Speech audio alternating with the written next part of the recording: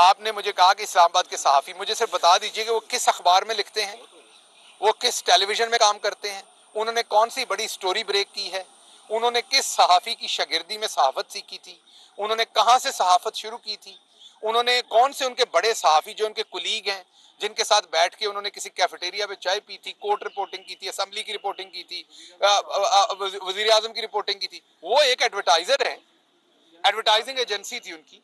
उसके ऊपर उन्होंने देखा कि आजकल न्यूज़ का धंधा भी ज़्यादा चल रहा है, ब्रेकिंग न्यूज़, उन्होंने एक न्यूज़ एजेंसी बना दी।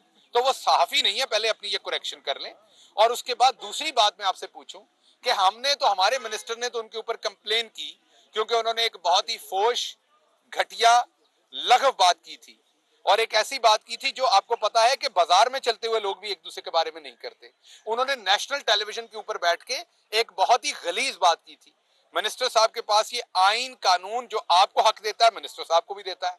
उन्होंने कंप्लेन की और दरवाजा खटखटाया इंसाफ के कानून का। हमें तो ये लगता था कि उस कंप्लेन में उनके खिलाफ कानूनी तौर पर कार्रवाई होगी, अदालत में केस जाएगा और उनको सजा मिलेगी और अदालत में वो जाएंगे, उतनी देर तक वो उनकी जमानत होगी, वो फ्री रहेंगे और आखिर पर सजा होगी। अगर वो गलत हुए तो उनको सजा होगी, सही हुए तो वो छूट जाएंगे। उन्होंने जो कारनामा सर अंजाम दिया जब वहां पर गए कि पहले लोगों को मबूस कर लिया, फिर लोगों के ऊपर फायरिंग की, कैमरामैनों पे सीधी फायरिंग की जो वहां पर मौजूद थे, उसके बाद पुलिस वालों को फेंटा लगाया, उनके सर पर गन रखी, स्ट्रेट उन्होंने गन तान के फायर किया, लोगों को जख्मी किया।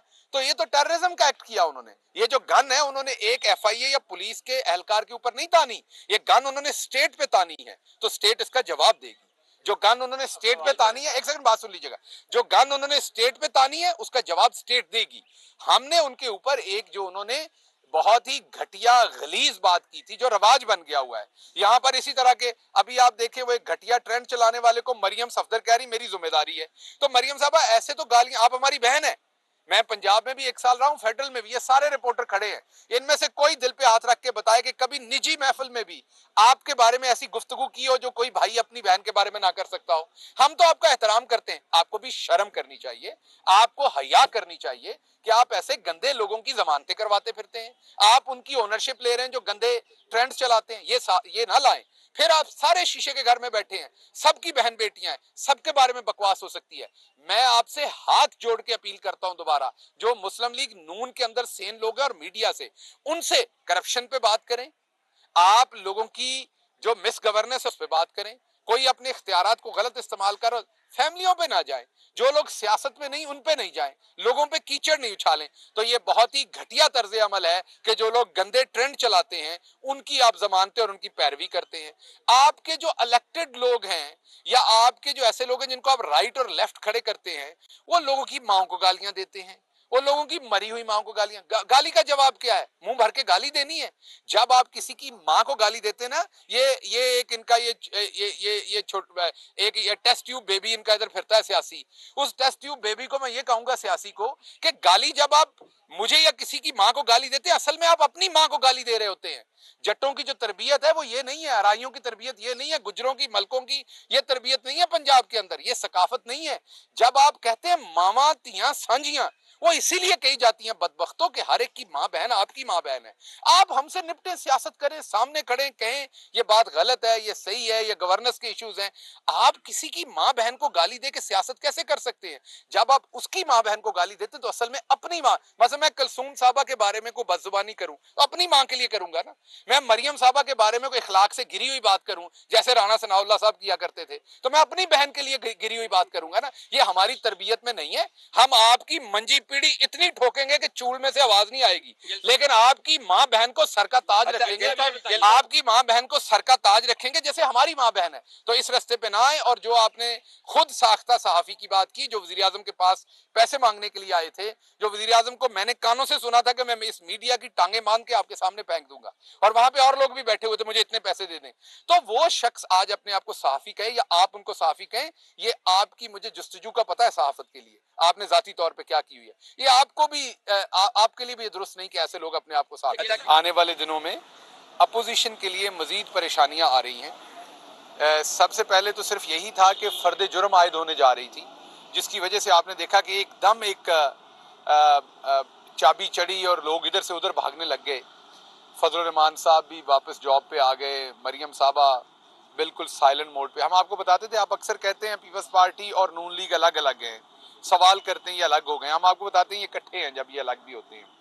फिर आप कहते हैं मरियम और चचा में बड़ी सख्त लड़ाई है, हम आपको कहते हैं नहीं, वो भी नूरा कुश्ती है, वो भी दिखाने के लिए है, क्योंकि ये सब चोर हैं। और चोर जो होते हैं जब उनके इंटरेस्ट की बात होती है तो वो एक हो जाते हैं। इसलिए नहीं कि वो अंदर से एक होते हैं या एक दूसरे को पसंद करते हैं, अंदर से पसंद नहीं कर रहे होते वो, लेकिन उनको ये पता होता है कि इत्तेफाक में बरकत है। अगर वो इकट्ठे होंगे तो वो लॉ इन्फोर्समेंट से, अदालतों से, सजाओं से बच सकेंगे। अगर वो अलग अलग एक दूसरे से लड़ेंगे तो फिर जो इनका पूरा माफिया का सिस्टम है वो वीकर हो जाएगा। तो आप देखेंगे जब जब इनके ऊपर फर्दे जुर्म लगेंगी, एहतसाब का फंदा इनके ऊपर तंग होगा, तो आप देखेंगे एकदम आपको नून लीग और पीपल्स पार्टी जो है वो एक दूसरे को घसीट घसीट के तीतर खिलाते हुए नजर आएंगे। आपको नजर आएगा घसीट घसीट के एक दूसरे को ये खाने खिला रहे हैं अपने घरों पे, घसीट घसीट के इज्जत दे रहे हैं एक दूसरे को। और इसी तरीके से जो शहबाज शरीफ साहब हैं वो आपको नजर आएगा इस्लामाबाद, वो इधर जा रहे हैं उधर जा रहे हैं, वो अपने लिए कोई थोड़ा सा फुटवर्क करके ना जगह बना रहे हैं। जैसे वो जगह बनाते थे, मरियम सफदर साहबा ट्वीट करके, किसी ना किसी को लॉन्च करके, किसी को गाली दे के वो एकदम उस माहौल को खराब कर देती थी। लेकिन अब चचा पे और जो कजन है उसके ऊपर क्योंकि फर्दे जुर्म होने जा रही है और वो चोरी की है, और अगर ये हो गई तो ये रवाज पड़ जाएगा यहाँ पर इंसाफ होने का। तो आपने देखा मरियम साहबा भी मुकम्मल साइलेंट मोड पे है। तो जब जब इनकी करप्शन के को पकड़े जाने का मौका आएगा, आप देखेंगे ये साइलेंट मोड पर फौरी तौर पर लग जाएंगे। अब आने वाले दिनों में आपको हम और खुशखबरियां देंगे कि लूटी हुई और बहुत सारी दौलत जो है वो अनर्थ हो रही है। लोग पूछते हैं जी वो किधर गया पैसा जो आपने वापस लेना था? अभी तक को तकरीबन 550 अरब तो नैब रिकवर कर चुकी है। अब आप कहेंगे 550 अरब का आवाम को क्या फायदा? ये 400 अरब का हेल्थ कार्ड है, अगले 3 साल में, नहीं चोरों से लूटे हुए पैसे से ही आपको दिया है। अगर वो रिकवर ना होते तो हम तो नोट नहीं छाप रहे, हम तो मुल्क को मकरूज नहीं कर रहे जैसे ये करते थे। तो आप ये देखें कि अगर ये 550 अरब ना आता हुकूमत के पास तो ये 400 अरब का हेल्थ कार्ड हुकूमत कहां से देती? तो जैसे जैसे इन चोरों से हम पैसा रिकवर करेंगे वैसे वैसे अवाम को सहूलत हम ज्यादा देते जाएंगे। अभी आपके सामने जो एक सिचुएशन डेवलप हुई थी चंद दिन पहले, इन्होंने चाय की प्याली के अंदर तूफान बर्पा करने की कोशिश की थी। उसके बाद जब चौधरी मोनस अलाई ने बड़ी मंजी हुई सियासत की, मैं ये कहूंगा बड़े राइट टाइम पे। आपको पता है क्रिकेट में और सियासत में टाइमिंग बहुत इंपॉर्टेंट होती है।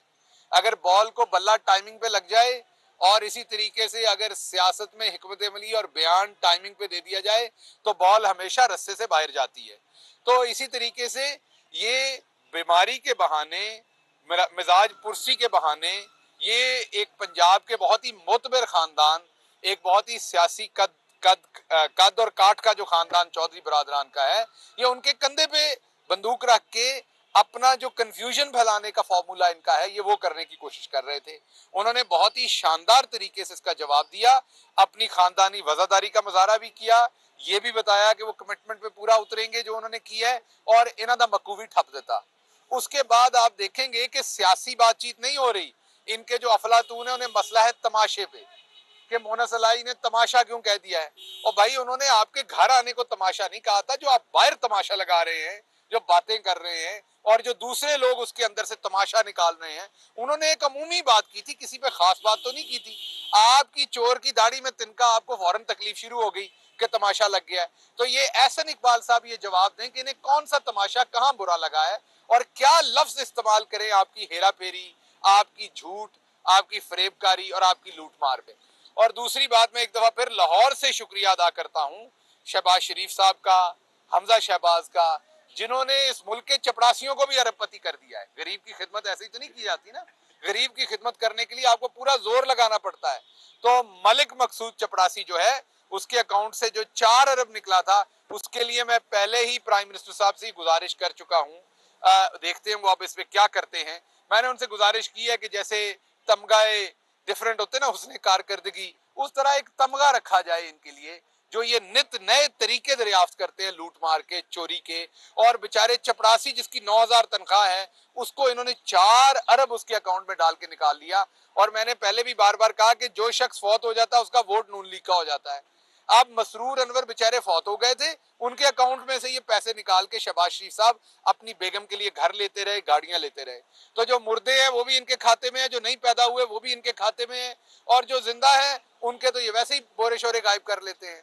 तो ये वाला जो तरीकाकार है वो दुरुस्त हुआ।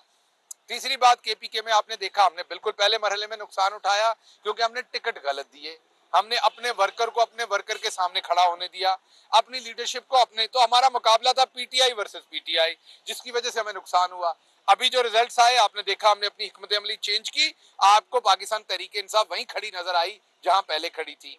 बिल्कुल मुल्क में मुश्किलात है, आज भी, कल भी पेट्रोल बढ़ा है, बहुत कोशिश की कि वो ना बढ़ाना पड़े, 12 रुपए के करीब बढ़ा है, बिल्कुल खुश नहीं है, क्योंकि जब आप तकलीफ में होंगे तो एक ऐसा वजीर आजम जो हमेशा गरीब के लिए सोचता है वो कभी खुश नहीं होगा। लेकिन कोई हमें इसका हल बता दे कि अगर बाहर $40 से $95 पे पेट्रोल चला जाएगा तो हुकूमत के पास क्या हल है। एक हल है कर्जे लें और सब्सिडी डालें, उसमें आपकी नस्लों को मकरूज करें, अपनी फॉरेन पॉलिसी को मकरूज करें, अपनी तमाम तर जो ताकत इस मुल्क के पास है इसकी आवाम की वजह से उसको मकरूज करें। और दूसरा हल है कि पेट पे पत्थर बांधें, मुश्किल वक्त है, इकट्ठे एकजुट होकर गुजारें, और वो हम कर रहे हैं। और हम बिल्कुल खुश नहीं हैं जो ये महंगाई की वेव आती है, लेकिन हमें अल्लाह के घर से उम्मीद है कि अगले 2 से 3 महीने में ये इंटरनेशनल महंगाई, अब अगर ये रूस और यूक्रेन का ये जो मसला है ये अगर थमता है तो आपको नजर आएगा कि ये तमाम चीजें जो है, पेट्रोलियम की कीमतें ये नीचे आएंगी, जिससे ओवरऑल महंगाई के ऊपर असर होगा।